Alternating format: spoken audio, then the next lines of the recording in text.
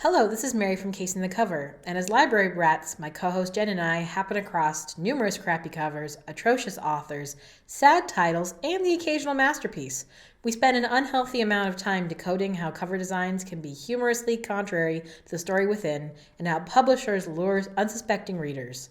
Should you judge a book by the cover? Join Mary and Jenn on the case to find out. Hello and welcome to another episode of Casing the Cover, the podcast where nepotism doesn't exist. Well, that's telling. I don't know what you're talking about. What'd you read this week, Jenn? I'm going through reading the books that are on my to-be-read shelves. I don't know what you're talking about, this nepotism thing. No, I said nepotism. I don't even know what nepotism means. I don't... I'm going to start it that way. Okay. All right, I really am going through my to-be-read shelves. And let me just say, they are shelves. I do not have a to-be-read pile. My to-be-reads are organized. It's half your library. Yeah, it is. It's 50% of my library is the to-be-read. And when I say 50% of my library, I would just like to tell the audience, if nobody's ever experienced the library in my home, it is a room. Mm-hmm. There's like... Jenn lives in a manor. She has a moat and a dance studio and a library and like an art studio and a dragon. And a cinema. And a cinema room, yes. I do. And a pond that's empty. Yeah. Well, let's not talk about the pond. Let's talk about Avily That's Jerome. your moat. It's my moat. I thought you were talking about like a remote. No, moat. Yes. And a drive-in theater. Yes, that's also true. We're being bad. Okay. Oh my gosh. Please don't cut all of this. Okay. Never. So well, enough about my crazy house. Mm-hmm. I read Avily Jerome's book, The Breeding. Yes. The Breeding. And it's got I'm gonna show you the cover so you can make... What made you want to pick this book, Jenn? I just thought it was really interesting cover. Okay, full disclosure, we know Avily. She's a very wonderful, beautiful person. She is. And so that's why Jenn decided partially to read her book and partially because it was on her wall of books I need to read. Yes, it is on my wall of books to read. And I'm not saying that there might be a couple more episodes of nepotism, but there will probably be a couple more episodes. I will say she has very good cover art. I don't know who does her cover art. Yeah, so we are going to at some point also talk to Avily on the show. So I'm going to sidebar talking about who her cover artist is and how those things happen. But she has some very different covers for her books. She has multiple books out. And this one is, I'm going to say it is a sci-fi fantasy detective novel. So describe the cover itself. Okay, so this is the thing that gets me though. I'm going to describe this cover and I'm going to start with the sword. So she's holding a sword in her left hand. She's holding her gun in her right hand. She's got a cop's badge on a lanyard. Oh, I didn't even see the cop's badge. Yeah. Oh, I see it now. Yeah, it's a lot of details going on in this cover. It's clearly she's in an alleyway in a city, so it's modern day. She's also wearing the suit, detective, kind of. She's not a cop, she's a detective. Mm-hmm. There's these eyes that are glowing behind her. They're kind of creepy devil demon eyes, not to totally give away too much going on here. But you're not giving it away, it's on the cover. Well, they're demon eyes. Yes, they're demon eyes. And she looks a little concerned, but still kind of in control of the situation. The sword, Avily tricked me with the sword. I thought this sword was going to be a big deal in the whole book. It is not as big a deal. Is it to make it more fantasy-esque? Is it like, what's what I'm looking for? I have the words in my brain, Jenn. That kind of... Urban fantasy. Yes, is it urban fantasy? Because it looks like urban fantasy. It isn't. It is not. I would not put it in urban fantasy. Because this cover I find a little reminiscent of things like Dresden Files and kind of that... It looks urban fantasy. It's the cop, but also spooky things or supernatural or one of those kinds of that kind of genre. So to me, okay, maybe I should go back to my definition of urban fantasy versus like maybe what you're talking about. Okay.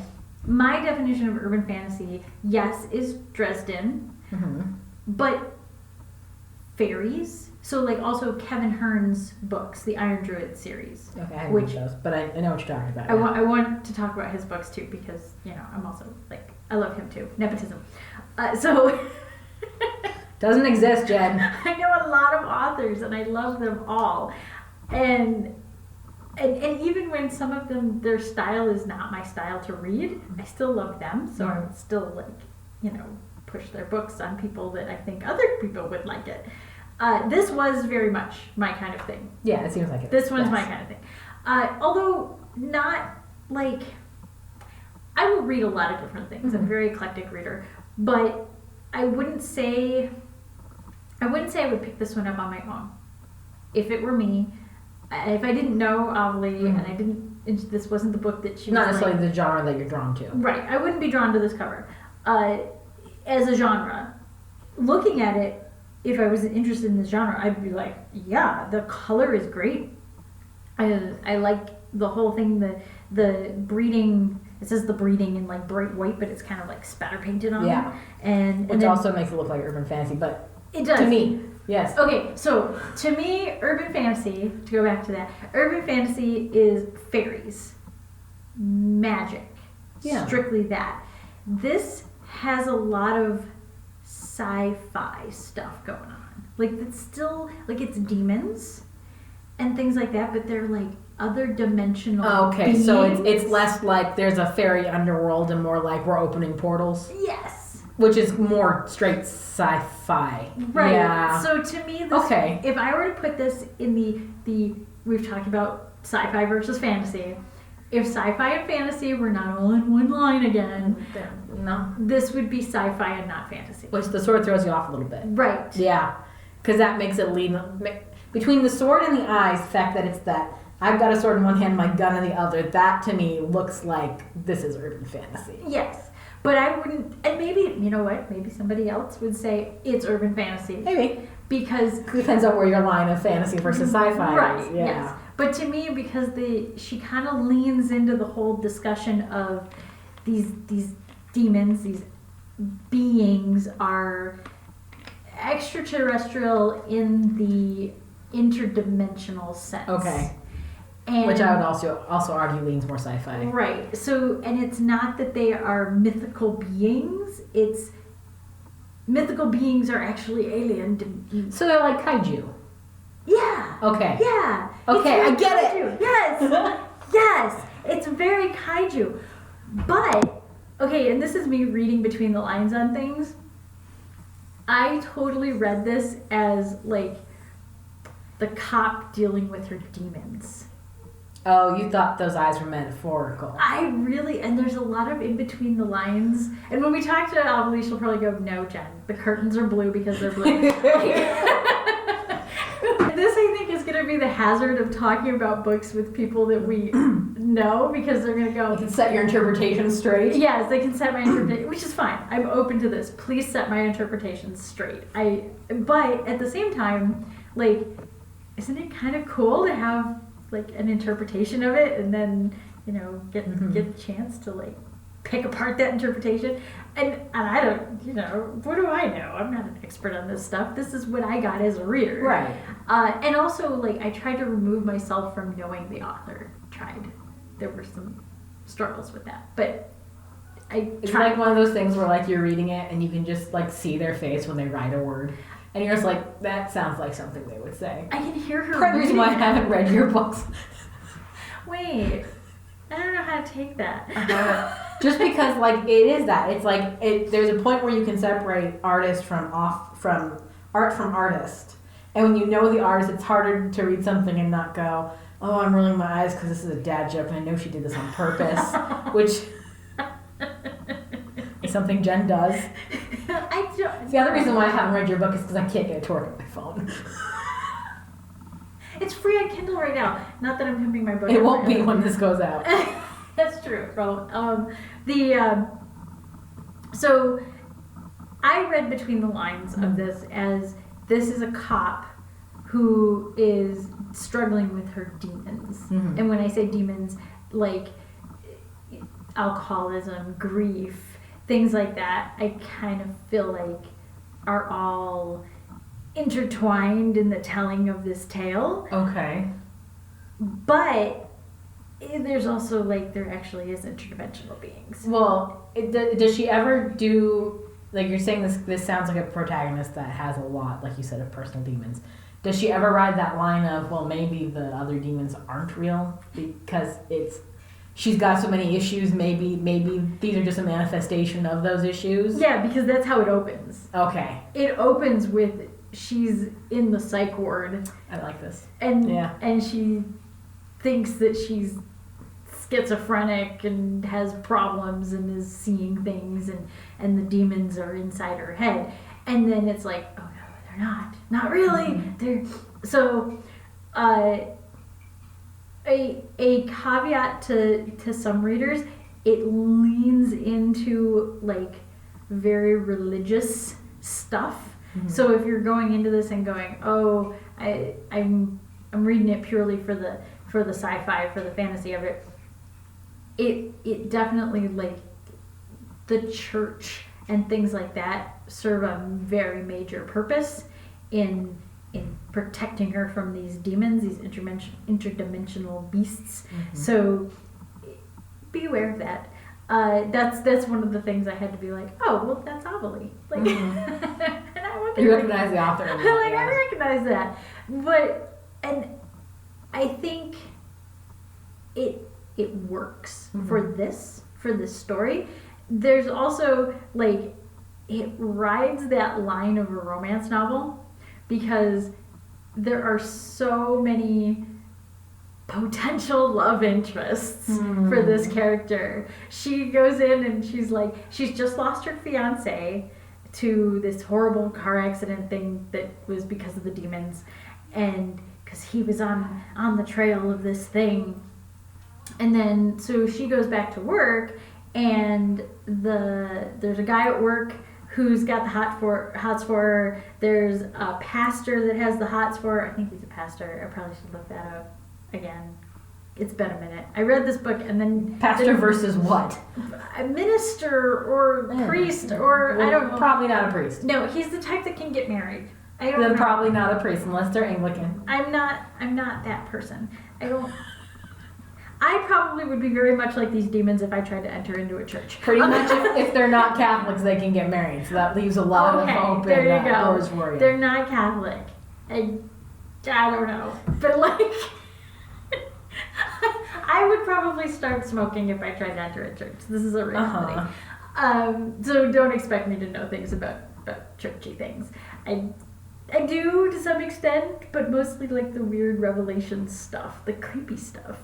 You know, the Ezekiel's wheel. That Mary pushes far, far away from her across the table because it creeps her out and she don't want to touch it. And then I'm here to pick it up and gather it and go, this is neat. No, don't. Yeah. The 4 horsemen and plague and pestilence and... Yeah, the closest I get to that is Terry Pratchett, so just stay. Yeah, so this is not a Terry Pratchett-y kind of thing. No. It's more serious in its way that it, approaches this. It's not really. There's some witty stuff in it, but it's more. It's not comedy. It is very much like this is a cop book. This is a solved mystery kind of book, and rescue the girls that are kidnapped. And so yeah. There's the guy at work. There's the religious person, and then there's a doctor, some hot young doctor, and all 3 of them have got like the hots for her. And I'm like, this is really riding the line with romance novel, because like at any point, which again, knowing Avily makes sense. I'm gonna let you say what you mean by that. No, because Avily, what we know of Avily is very family centric. Yes. How long have her and her husband married? I don't know if this is appropriate, but yeah, a while, yeah. Yeah. She's in a committed relationship. She seems like the kind of person who embraces romance. Yes, that's true. Yes, she does. Unlike Jenn, who has a heart of stone. I do. And a man who has to chisel it open every night. Yeah. I don't want to go there. Wow, that was metaphorical right there. Stone. That's what we're talking about. I said heart of stone. I don't know where your brain's at. Oh, see, that's the thing. I'm a little more, I don't know. My parents probably listen to this. I know you love your spouse very much, and you two together are very romancy, and you guys are very very coupley. But then you look at romance outside of that, and you're like, oh. Yeah. Oh. Yeah, no. And you're like the embodiment of someone who says our love story is my favorite because I can't stand any other one.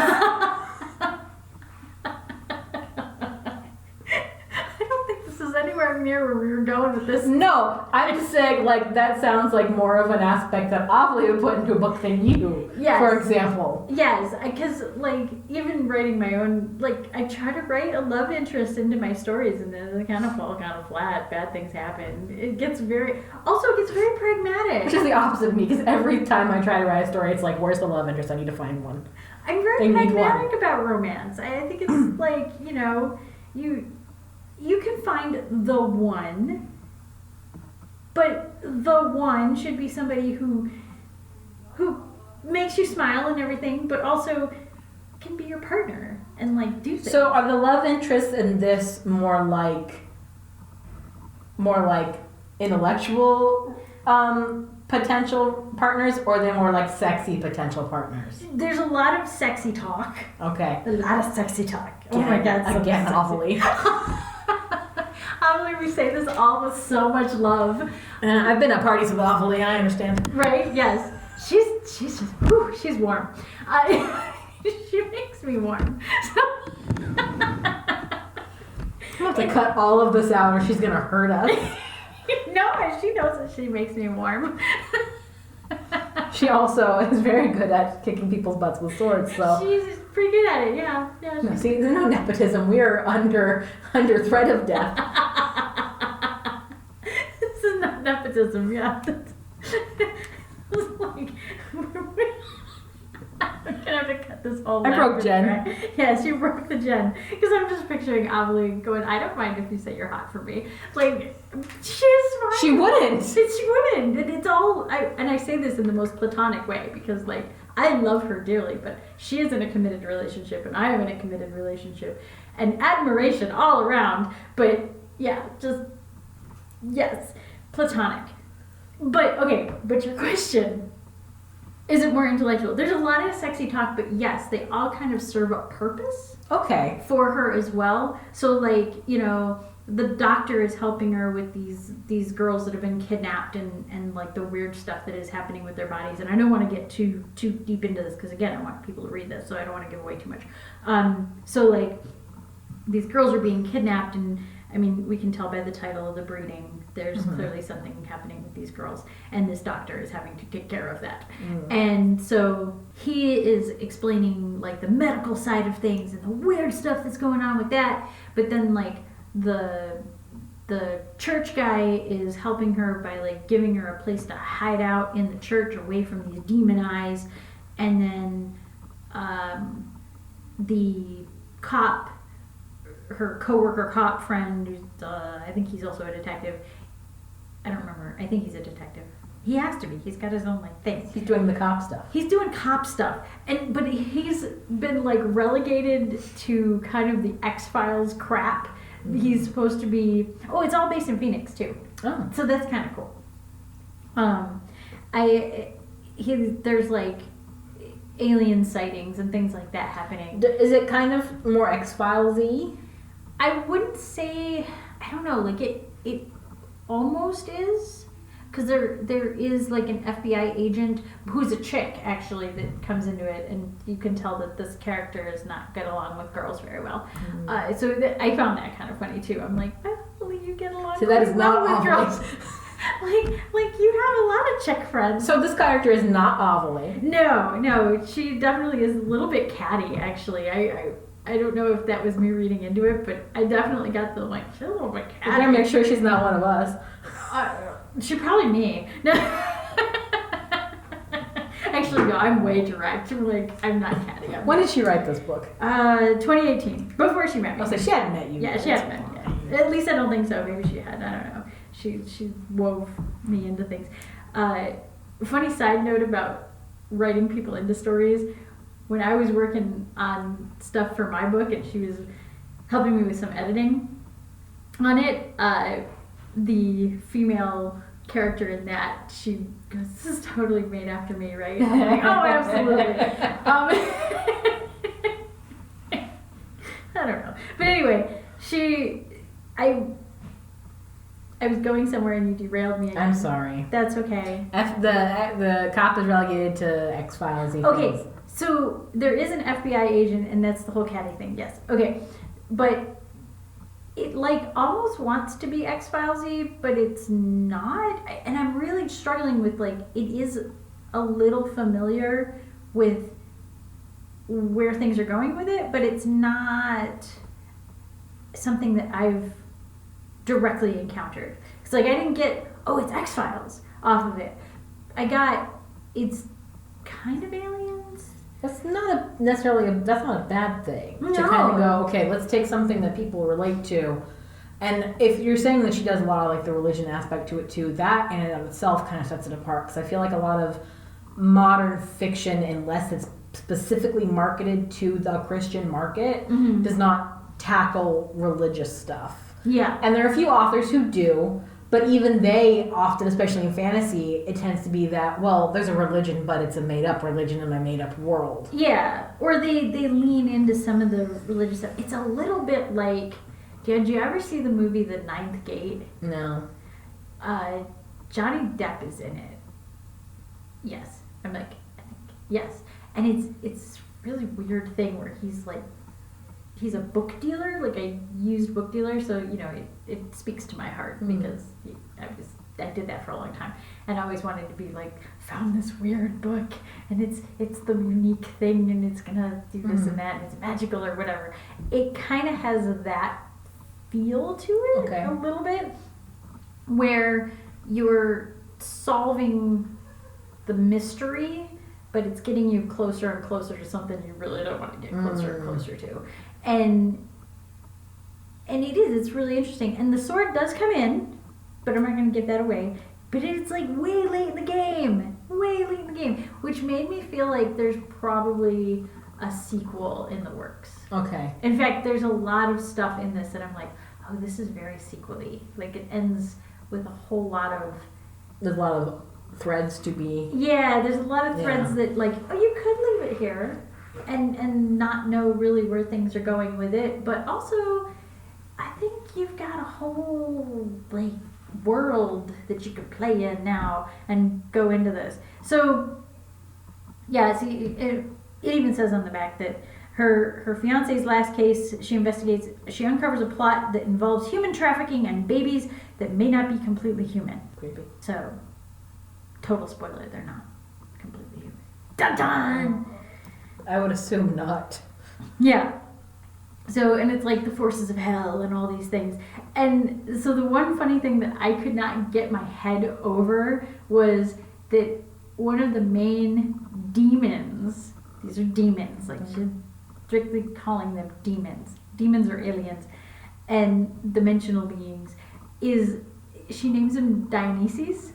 Okay. And like in my head, that's the Greek god of party. Yeah. And like, okay, I get that, but he's just not that at all in there. So I'm like, cool name, but in my head I keep going, but where's the wine? But where's like, okay, he does use his charm and charisma and he does have parties and all that kind of stuff, so it does kind of evoke that, but I was just like, this is not, like, I can't get past this. I in my head, I wanted the demon to be a little more fun.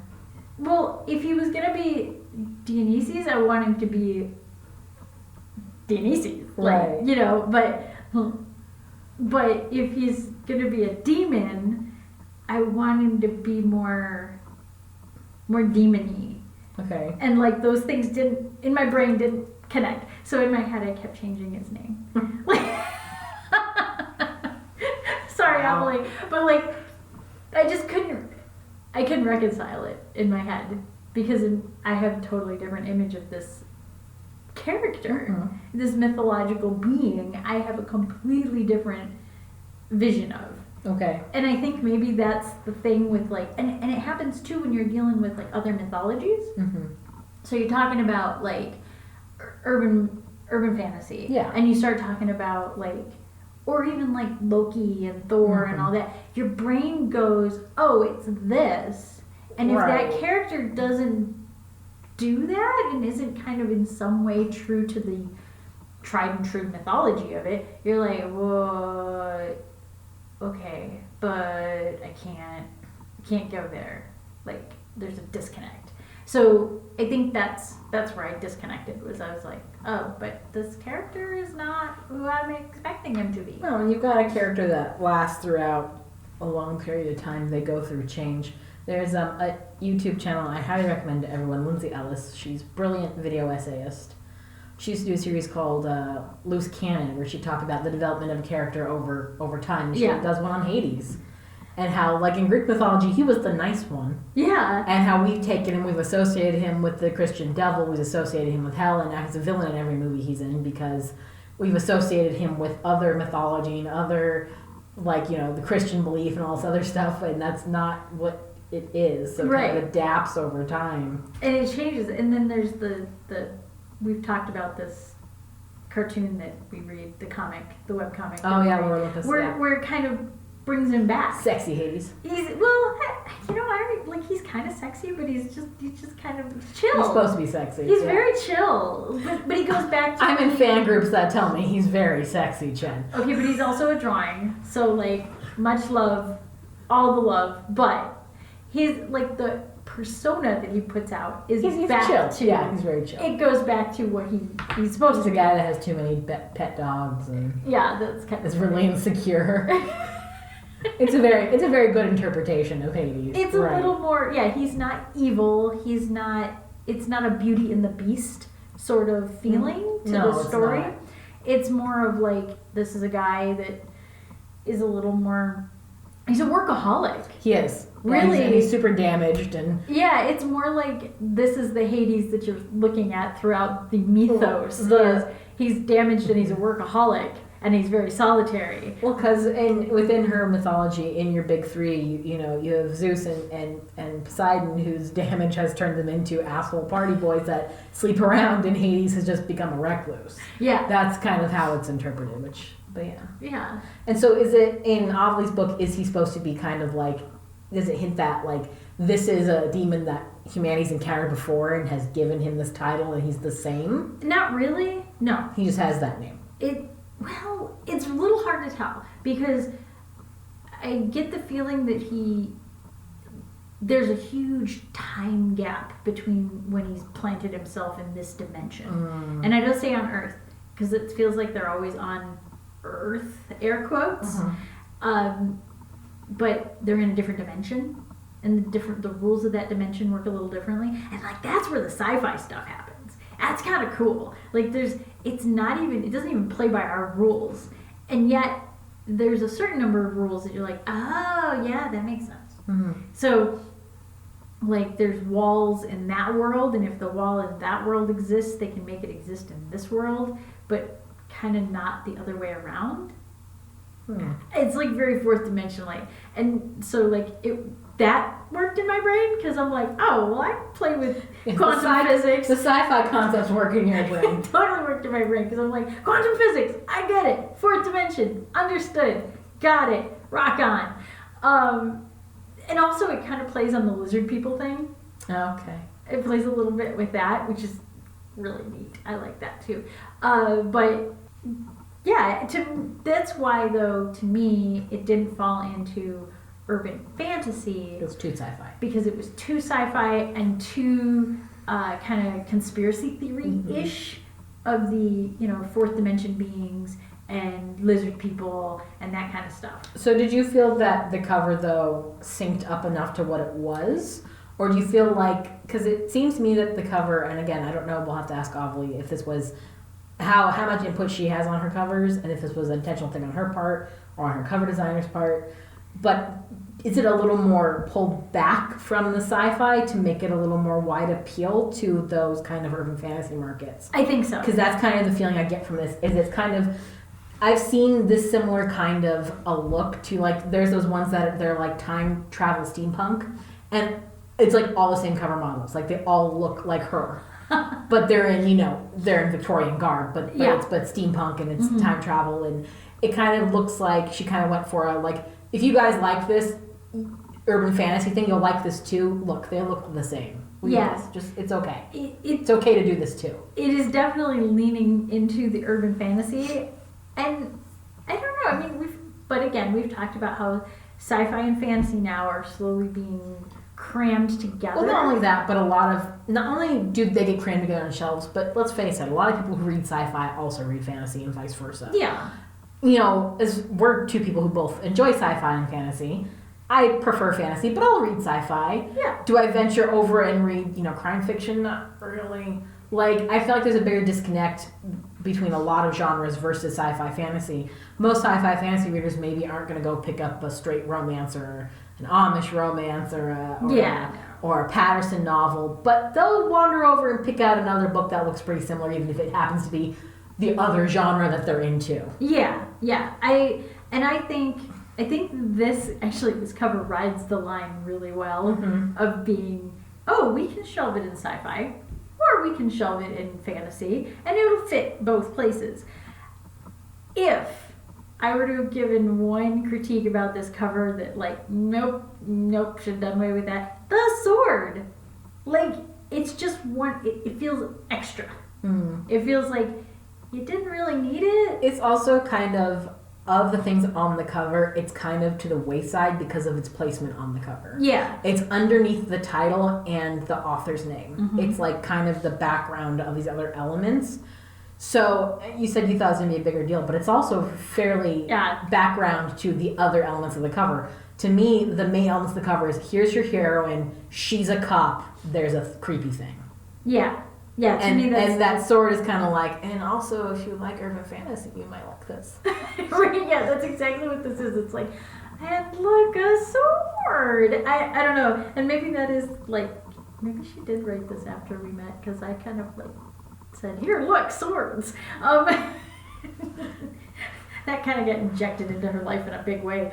But, I don't know. To me, that would be the only thing. Like, otherwise, it definitely tells the story of what you're getting in this.